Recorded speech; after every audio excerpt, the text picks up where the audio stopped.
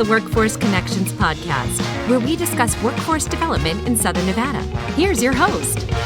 Hi, and welcome to another episode of the WC podcast. Today, we have a very special guest. I'm excited for you to hear all she brings to us. And so welcome, Michelle Jackson, President and CEO of Junior Achievement of Southern Nevada. Welcome, Michelle. Thanks for having me. Yeah, we've been talking about this for a while. I know I've been to your place a few times now, and hopefully you'll share some information today about the grand opening and even beyond that day, how our community, our audience can engage with the Inspiration Center, which I've seen it.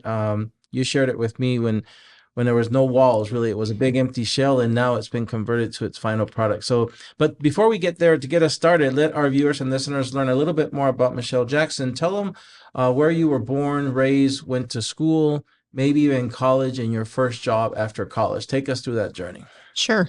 So I was born in Corvallis, Oregon, and my dad at the time was an Air Force guy. So we did a lot of moving around the first 7 years of my life. So I've lived on East Coast, West Coast. I've lived in the South, the North, Northwest, all over the place.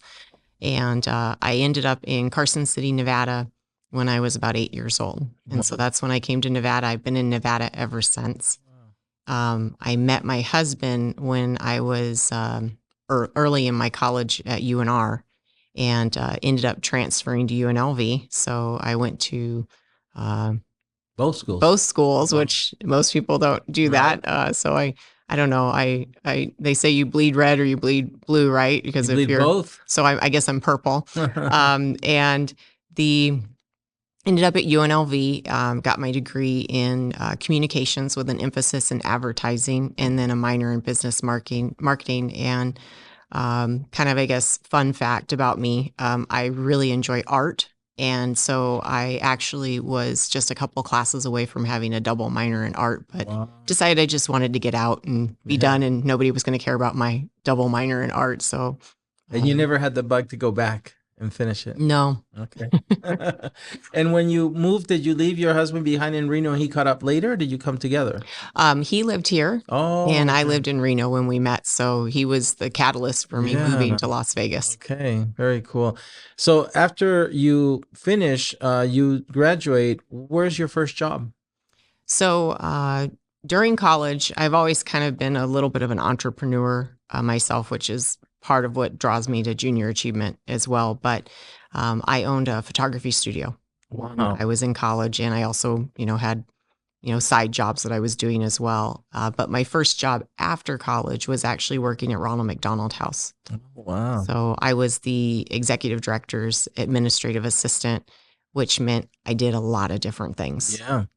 So I that's when I first started dabbling in kind of fundraising, nonprofit world, outside of, just things that I did as a kid growing up with my mom to help other people, but really didn't have a strong connection prior to Ronald McDonald House to even what philanthropy really was. Yeah, you started to really dabble in community engagement really early, and through that foundation, of course, all the way we're going to get to, you can tell us more about the donation that really gave you the fuel you needed to bring this project to the finish line. But let me ask you, when it was photography, did you own a studio and had staff, or were you the photographer?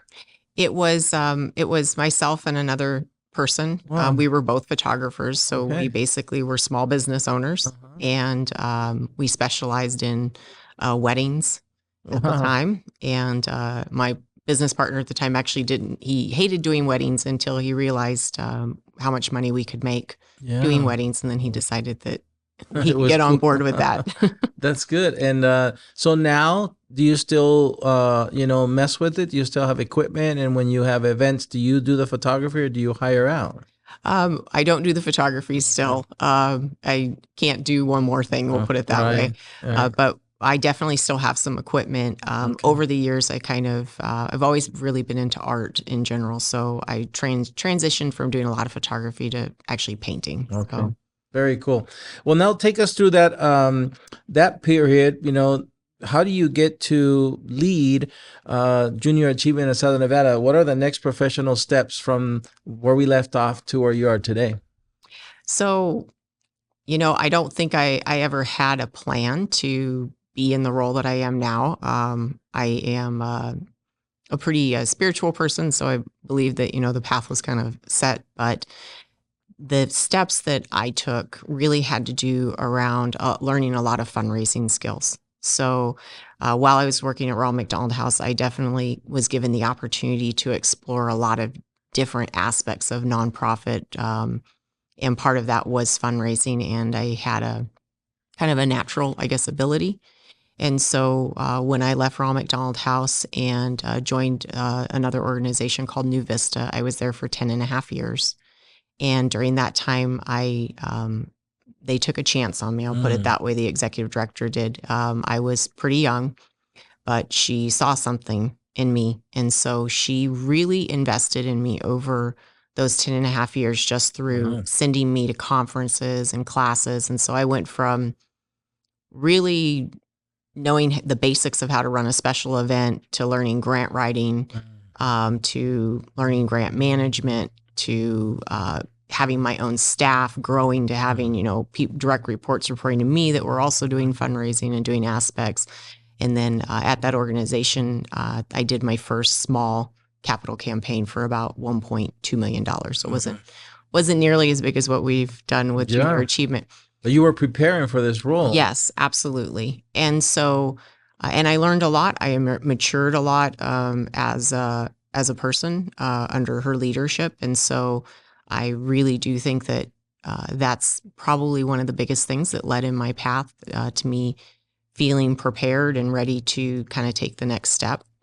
And that was over 10 years ago that I took that step with Junior Achievement. And then I've had a ton of growth with Junior Achievement too. So. Yeah, because since I've known you, a lot has happened, which is the next part. First, I want to share with our audience who might not know what is Junior Achievement, because now that I'm familiar, I always ask my peers from across the nation, do you have it in your area? And it's not a guaranteed. And if somebody has it, in some places it looks scaled up because they've raised the money and they've built these inspiration centers. Some have other methodologies to try to get the work done. And so we want to talk a little bit about that. What is Junior Achievement? Paint the national picture, but then come down to Southern Nevada and tell us why does it exist and the impact that it has on young people's lives, families. Sure. So Junior Achievement is part of a national and international organization. It's actually pretty old. It's over 100 years old. Wow. They were established in 1919, and they really started on the East Coast initially. But in the United States, we have 102 offices around the country. So we are in, every state, in some states in different places. We have regional offices and things like that. But the purpose of Junior Achievement is really to educate young people in financial literacy, workforce readiness, and entrepreneurship skills. And I like to tell people that what we're really trying to do is help young people figure out who they want to be when they grow up from the standpoint of a career path, how to get there, and, how to find a mentor to support them in accomplishing their goals and their dreams, and really inspiring hope. Because when kids feel like they know where they're going, like they have a purpose, they have a plan, a place where they fit in the world, it changes everything. It changes the way they think about their future. And unfortunately, a lot of our kids don't have that right now. They really struggle to understand who they are and where their skills and interests fit in the world. But once we help them figure that part out, which is probably the most difficult part of what we teach and help them with, the next step is how to manage their money. So when you get that first paycheck, what are you going to do with it? What does it look like to save, to put away 10% immediately? Why would you do that? When you're making probably the least amount of money you're ever going to make in your life, giving them the framework to understand why that's important, how to live within a budget, how to generate wealth. What is a credit score, and how do you manage your credit, and what can you do to impact yourself positively and negatively? There really are the skills that every single person needs to have, period. Yeah, and I like it that it's happening so early. I know off camera we were talking about how it felt like for decades that skill wasn't being taught. And of course it starts at home. And I remember my mom helping me with accounting, not only for my schoolwork, but also teaching me about my first checkbook back when you actually did the math on the checkbook before the apps of today. But still, I think in this digitized world, it's still, they have to learn to use the tools that translate to the very same. There's black and there's red. If you have $10, it's not $11, it's just 10. And so you can buy $10 worth of goods, or you're going to owe somebody for those goods that you bought ahead of time. All this happens, Michelle, again, in different places across the country in different ways, including here in Southern Nevada. It was happening a different way before this beautiful inspiration center. So tell us how these programs were still happening here without the benefit of the inspiration center. But then what was the catalyst for this dream of an inspiration center? Now it's become a reality, and how the services will be different, better, more scale through the inspiration center. Absolutely. So we could spend the entire podcast talking about just all the JA programs that we have. There's over 40. Wow. And those span kindergarten through 12th grade and then up to 25. And the way that JA works when you don't have a building in your market is you go into the classroom, which we still do that. In elementary school, we'll do what's called JA in a day, where we adopt a whole entire elementary school. We find a volunteer for every classroom in that school, and then they learn the curriculum, and they go in and they deliver the curriculum in that classroom to those kids. And then the goal is to stick with that school for a long time, because we want to follow that kindergartner year after year all the way through 5th grade and build upon the curriculum that they're learning.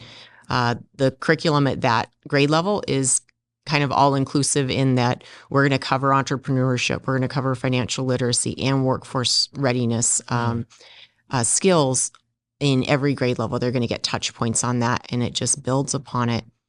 And the volunteer component is so crucial, because the kids are not only getting the wonderful curriculum and programming that JA does, but they're hearing from somebody in the community that has a job and has their own pathway to success. They're able to hear from someone that's not the people they live with or their teacher that they see on a regular basis. And what we've been told over and over, no matter what program it is that kids listen differently when it's not someone that's regularly in their environment on a daily basis. I've had parents come back and tell me that they've said the same thing that we told them 100 times. And when we told them, when the volunteer communicated that same information, suddenly they're like, oh, guess what I learned today? And the parents, of course, are frustrated because they're like, I've told you that 1,000 times. But the programming for middle and high school looks a little bit different. It is in the classroom most of the time. We do the same thing, except instead of taking over the school for one day, we work typically with a grade level of teachers or a specific teacher in the middle or high school, and they tell us what they're looking for, and then we line our curriculum up with it. So say they want to focus on workforce. We're going to recommend in middle school that they do a program called It's My Future. If it's high school, we're going to recommend or maybe our career speaker series. So there's, again, a variety of different programs. And so in other markets, and there are several, there's only about 40 of what we call learning experience centers in the United States right now that Junior Achievement has. Which is what you're opening out over here. Yes, that's what we are opening here. And but in other markets, smaller markets that maybe don't have the bandwidth or the capacity to, do a capital campaign and build a physical building, they do their programming this way. They go in the classroom. And what was the catalyst for you for this dream of a building of this size to happen here in Southern Nevada? So it really was about reach. So for years in Southern Nevada, we kept increasing the number of students, but we were always between about 20 to 25,000 students a year. And that sounds like a great number. It is a great number. But when you look at the percentage of how many students were getting to participate in JA programs every year, it's only between 9 and 11% of the students in our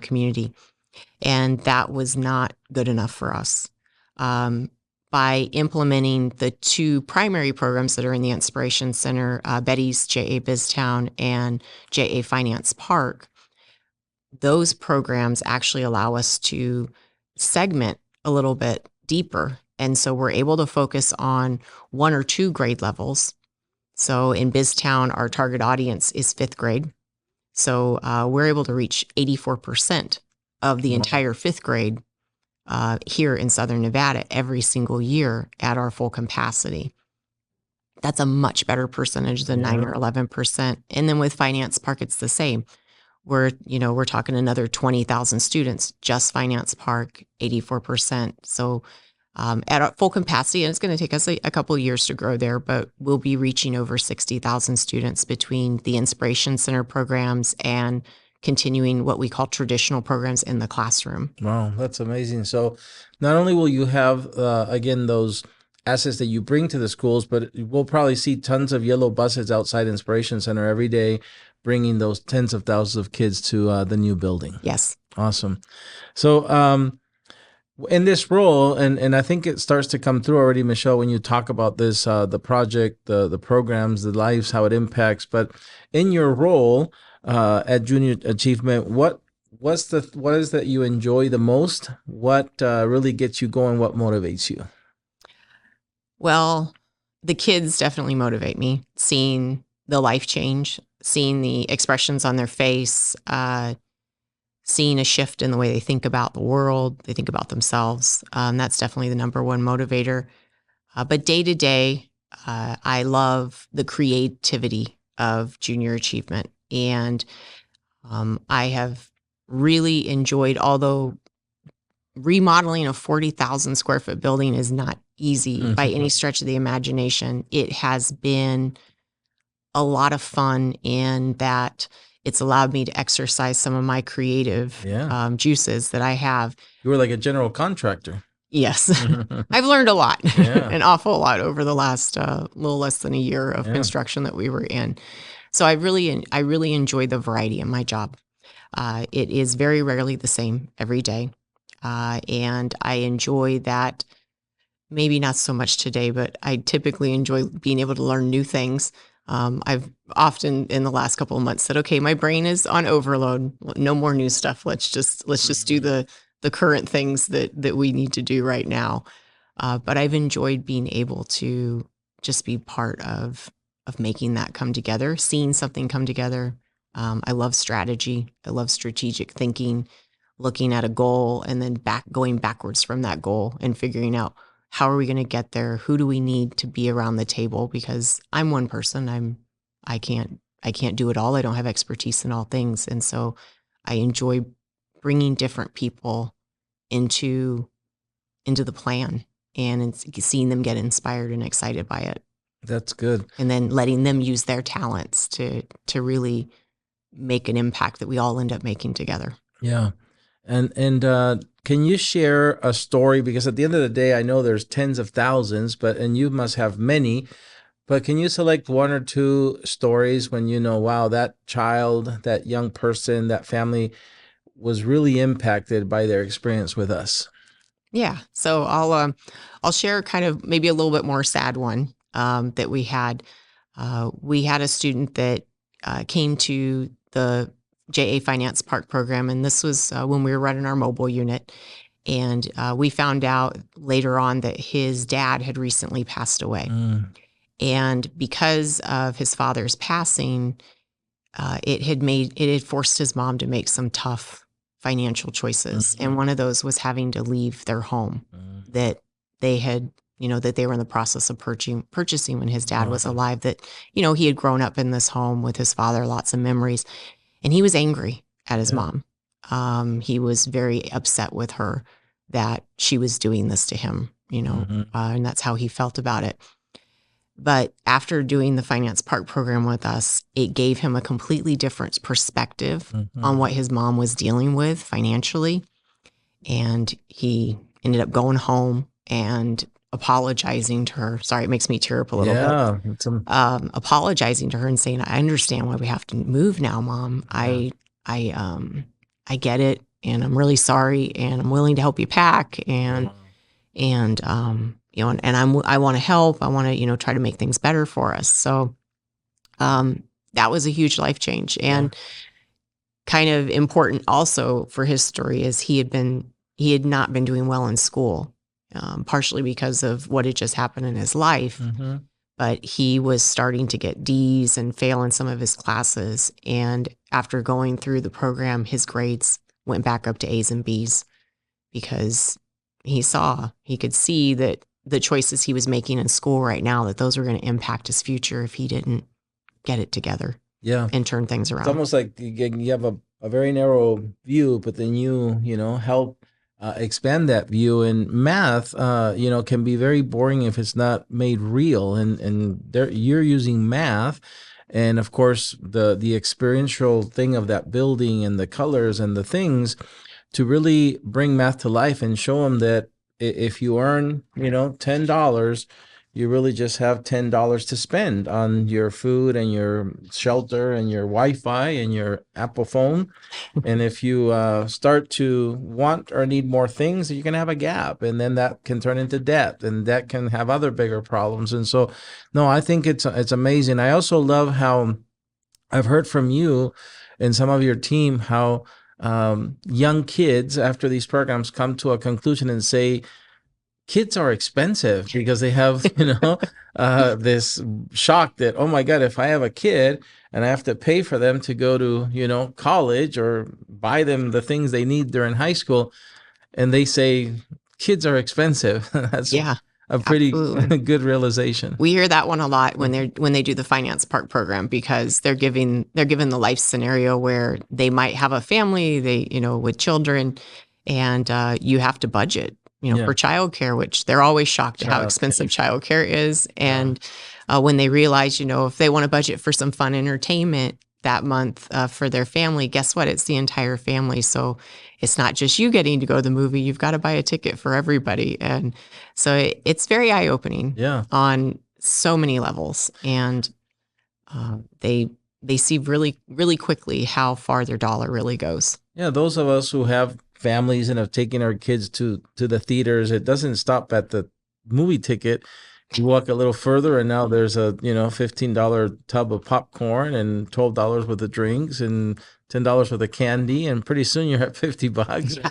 You spent more on the food than the tickets. Yes, absolutely. So how can one of the things I think that we love about this podcast is that there's always people that see something and they want to know more or get involved, and whatever information you share, we're going to make sure we put it on the screen for those who are watching to our YouTube channel, but we also want our listeners that listen through other platforms to hear.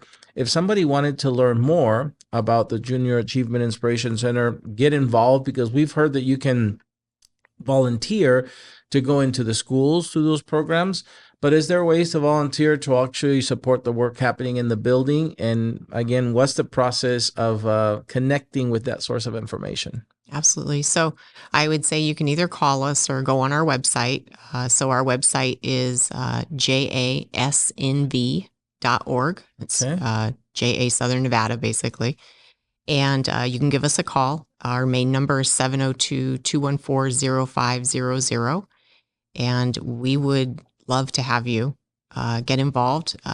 You absolutely can volunteer in BizTown with the younger kids or Finance Park with the older students. We always need volunteers, and you don't need to be the CEO or the expert of anything. We train you. It's so important for kids to interact with people that are not their parents and not their teachers, and hear about, the positive and the negative things and decisions that you've made in your life. Yeah. And I think also I've met some of your volunteers, your board members. It's important for those young people also to see themselves, or have the opportunity to see themselves in other people, right? In other words, you need volunteers from all walks of life, from all ethnicities, from all genders and all. Absolutely. Yeah. So that's good. And then what about the corporate sponsorships opportunities? Because if we have a business that wants to be involved one day, I know again, I've walked the section, and you can have a storefront there. And some of them are pretty big. The city of Las Vegas, the Raiders, and so there's these opportunities to be present, which again gives you, I think, really a leg into the community, because more people start to learn about your business, not just those young people, but all the families that those young people belong to, the volunteers. So how can somebody who wants to go beyond volunteering and maybe bring some skin into the game because of it would be good for their businesses, how would they get involved? Absolutely. So they'll eventually end up talking to me or Yeah. coming to me. But we have in BizTown, we have industries that are represented. So the kids are running a miniature city for the day. So those businesses that they're running are real businesses. And so we have PNC Bank. You mentioned the Raiders. We've got Google. City of Las Vegas represents government. We've got Lexicon Bank for our community bank. Republic Services. Republic Services. We have UNLV for education, Nevada Contractors Association, Imagine Co. So I do still have a handful of spaces and industries that have not been adopted yet. So we do still have room for some other corporations and businesses to join us in BizTown or Finance Park. In Finance Park, you're representing a budget category on that side that the students are going to budget around. Yep. So it's, for example, we have NADA, which is the National Automobile Dealers Association. That's where the kids budget for transportation. They budget for their health insurance with United Healthcare. We've got Taco Bell coming in for dining out. So we're excited for them. La Bonita for groceries. So, there's all these different categories, and we do still have a handful of categories that people can sponsor. Outside of that, there are so many ways that you can get involved. We have naming rights in the building still. So if you'd like to be represented in the facility, not necessarily on one of those categories in BizTown or Finance Park, there's so many ways to get involved. And you also have events there. We do. And we host outside events. So somebody could come and Yes. Rent the space to have you host their event in your building. Yes. And we've already hosted several people at this point. Yeah, So, I've been there with the LVGA. Right. We had their board meeting there recently. We had the Public Education Foundation, one of their luncheons for their scholarship recipients.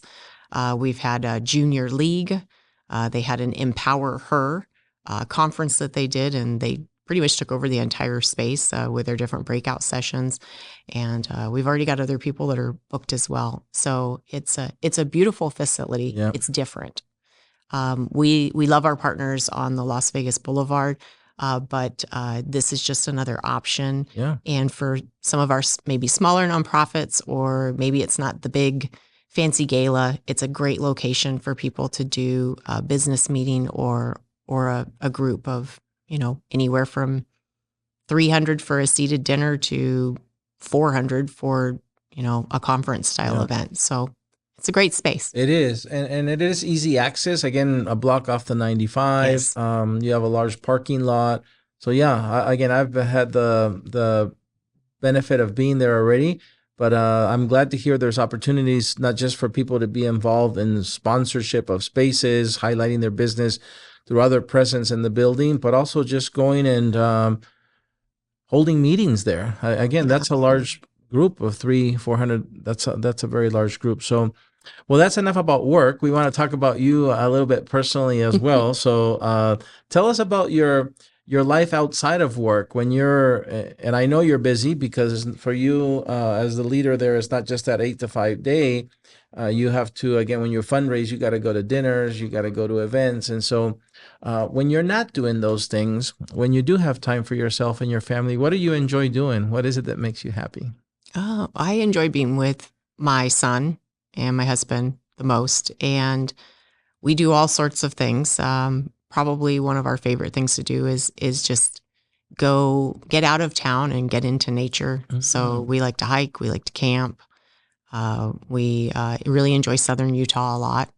And so we get over there as much as we can. In the winter, I'm a snow skier. Oh, wow. So I like to ski. And that's something that my husband does not do because he hates being cold. Yeah. But I call him my little buddy, my son. He likes to ski. So that's our thing that we go do together in the winter. Do you guys go up the slope and your husband stay in the down there? There's a the like the lodge. the lodge. Yeah. No, he just doesn't even go on the mountain. He doesn't even Okay. want to be near the snow if he doesn't Gotcha. have to be. So, but I like to do art on occasion. My husband and I, when we go out or have a date night, we love music. Oh, So we will try to go to concerts. That's one thing I love about being in Las Vegas Yes. is we just have a plethora of opportunities to see different performers. So love to go see concerts, especially if they're poolside somewhere in the summer. That's a lot of fun. Oh my gosh, there's so many things. And then consistently, I mean, one of the things I enjoy doing is going to church. So that's a priority in my life. And so I make sure I'm in church. Let me ask you about the camping, because some people call it camping, but other people glamp. Do you camp or do you glamp? I think we're closer to camping than Okay. glamping. So we do have a pop-up camper. Okay. So we're not in a tent on the ground, Okay. but it's definitely not a glamping pop-up. Okay. You don't have, it's not one of those big ones with running water and a toilet and all No, that? it's not. Okay. So, and I've done the real camping too. Right. It's just that, as you get older, Yeah. having a little bit more padding under your body when you're trying to sleep at night definitely Totally. helps out. Yeah, sleeping bag on the nature is not a good night rest. It's still nice to hear the sounds, but yeah, the back, no, it doesn't do Right. any good. So good. I'm glad that you do find the time to do that. It's important. We had an episode a while back too, actually, on mental wellness. How that today is so important. People are trying to find, and they talk about it different ways, balance in your life, work-life balance, but it is about really, again, being intentional and working hard, especially when you impact lives like this, it makes it worth it to work 10, 12, 14 hours, but then also being purposeful to be present with your family like you are. Take time to unplug as you are. I think in nature, I'm really happy to hear that you do that. If you were to look back, Michelle, on this time, I always think about it. If I could talk to myself or the 18-year-old version of myself, I would be wanting to pass on so much wisdom I've collected. I just don't know if that 18-year-old would listen to me, But if you could talk to, any 18-year-old girl or boy that is now, to begin their career, and you talked about your college days and your professional trajectory, but what key advice would you give them if they say, I would love to one day be, in charge of an organization like Junior Achievement Southern Nevada and be a piece of impacting 60, 70,000, young people every year. What advice would you give them to make sure that they put on their list to get on that trajectory? Well, for that specific trajectory, I would say you need a college degree and you probably need to focus in business. And having some background in financials is important. So I would definitely say, you really need to do that. And you also should be present in the fields that you want to go into. Don't be afraid to start out low man on the totem pole and work your way up. And understand that, if you decide to choose what I would call kind of a service position, a service to the community, you're not going to be a bazillionaire. This isn't, you don't go into this work because you have aspirations of, Tremendous wealth. Owning Lamborghinis and things like that. And that's okay. On the other side, what I would say to anybody that was young, if I go back and talk to myself, I would say that take some time to figure out who you are, to spend time with that and don't let the opinions of other people, even the opinions of your parents to some extent, dictate what you should be considering for a career, because you spend more of your awake hours especially as an adult in those working years, and most of us are working into much, older ages now, you're going to spend most of your awake hours in your career. You want to have something that you really enjoy, hopefully even love. And so you can listen and take it with a grain of salt, what people think about you and think you should do. But at the end of the day, it's going to be your life. And the last point I would give that I would go back and tell myself, and I did this a little bit, is don't be afraid to take some risk. To me, that age range between 18 to say 27, 28, you actually have the best opportunity to take some risk in your life that are not going to impact you in a horrible way. You probably don't own a home yet. You probably don't have any children yet at that age. You might not be married.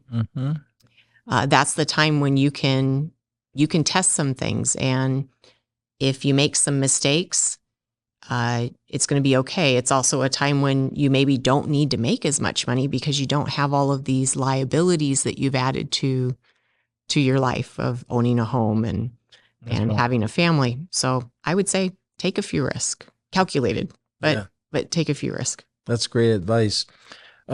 So Michelle, as we come to the end of the podcast, I wanted to thank you because your time is very valuable again, to set time aside to come and meet with us. But you've earned the right now to plug whatever you want. So tell us about some things that are coming up. I know there's a big date coming up in October, but any other thing, we're going to make sure here on our screen for the YouTube version that we have all the information for people to connect, whether it's just they want to volunteer or they're interested in the sponsorship because of their business or any other way. But what other events would you like the community to know about, starting with the big one? Sure. So October 10th is our grand opening celebration from 10 to 12 at the JA Inspiration Center. We have several dignitaries from the community. They're going to be there, and hundreds of people. Very excited. So if you're interested in attending that, just need to reach out to our office and we'll get you RSVP'd. Outside of that, I would really like your listeners to consider getting involved with an event that we do at UNLV 4 times a year called JA Inspire. It is a career expo. We will be bringing about 4,000 kids over those 4 dates to come to UNLV campus. Wow. They get to go into a career expo environment where they're going to, if you choose to participate with us, they're going to get to talk directly to your business and learn about what the jobs are that you have, what it takes to come work in your business. And it's so meaningful for these kids. In addition to the expo, we have breakout sessions where they're going to learn lots of different skills and hear from different speakers. And one of the great highlights too, of course, is getting to do a campus tour at UNLV. We will have middle school and high schoolers coming to that. We have 2 dates that are in November, the 19th and the 20th. And then we have the 19th and the 20th again in February. It's very inexpensive for you to participate. If you want to have a booth at the expo, it's $99. Oh, yeah. Anybody can afford it. Yeah. And you're going to get exposure to thousands of students coming in from different schools and inspire them into your career paths. And do they use the same phone and website you gave us earlier to connect? Okay. Yeah. Just let us know you want information on JA Inspire Career Expo, and we'll get you to the right person to help you with that. Okay. And the event, I'm trying to envision the expo, does it happen, which building on campus does it happen at? It's in the Student Union. It happens on the second floor. So we basically take over the entire second floor of the Student Union. That makes sense. And they're there for the whole school day with us between the expo and the different breakout sessions that they're attending. So that would be one I would say, please get involved. Yep. Kids need to know that you exist. Yep. They're not going to, they're not just going to come find you. It just doesn't work that way as well. So we'd love to have you there. And I want to say a shout out to anyone with schools. So if you've been listening to this and you're saying, I want my kid to do that, we want your kid to do it too.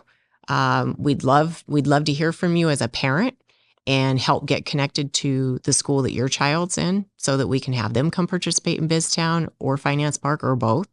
And then next summer, summer 2025, we will have summer camp programs that adults will be able to enroll their children into during the summer to participate in BizTown or Finance Park. So, and Very cool. all of that they can learn about through our website or follow us on social media, JA Southern Nevada on Facebook and Instagram.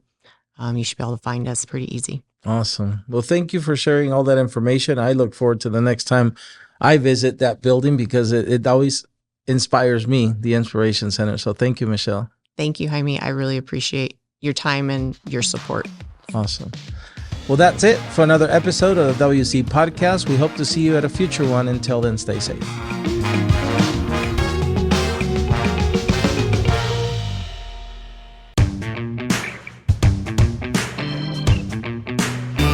All right, Michelle, thank you for staying over to do our bonus segment called Against the Wall. Are you ready? Yes. All right. The first segment is called Your Favorite. So I'm going to give you a category. You're going to give me your favorite thing in that category. Let's start with your favorite food. Oh, boy. Oh, geez. I don't know. Grilled cheese? No, not grilled cheese. Let's go with pizza. All right. Favorite beverage with dinner? Oh, glass of nice wine. I love it. Favorite car that you've owned? That I've owned. I would say my Subaru Forester. Is that the pop-up camper?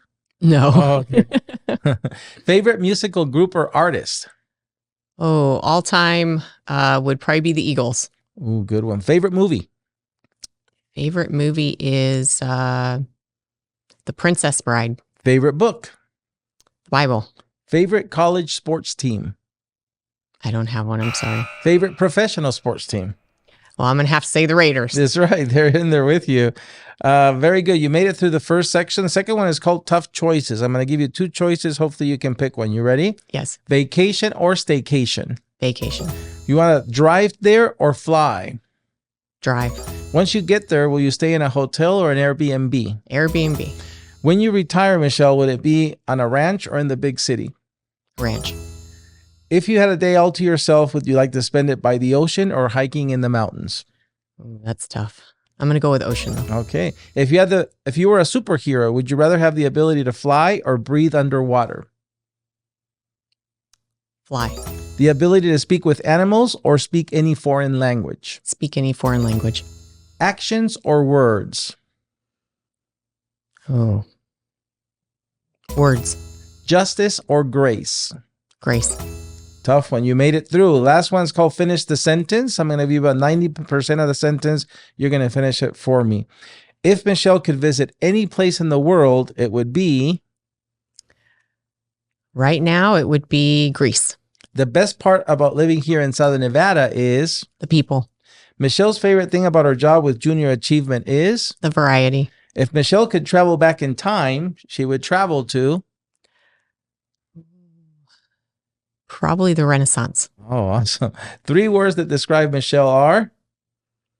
Passionate, creative, outgoing. Couldn't agree more. And doing the WC podcast here today with us was? Wonderful. All right. Thank you for staying over to do the bonus segment, Michelle. Thanks.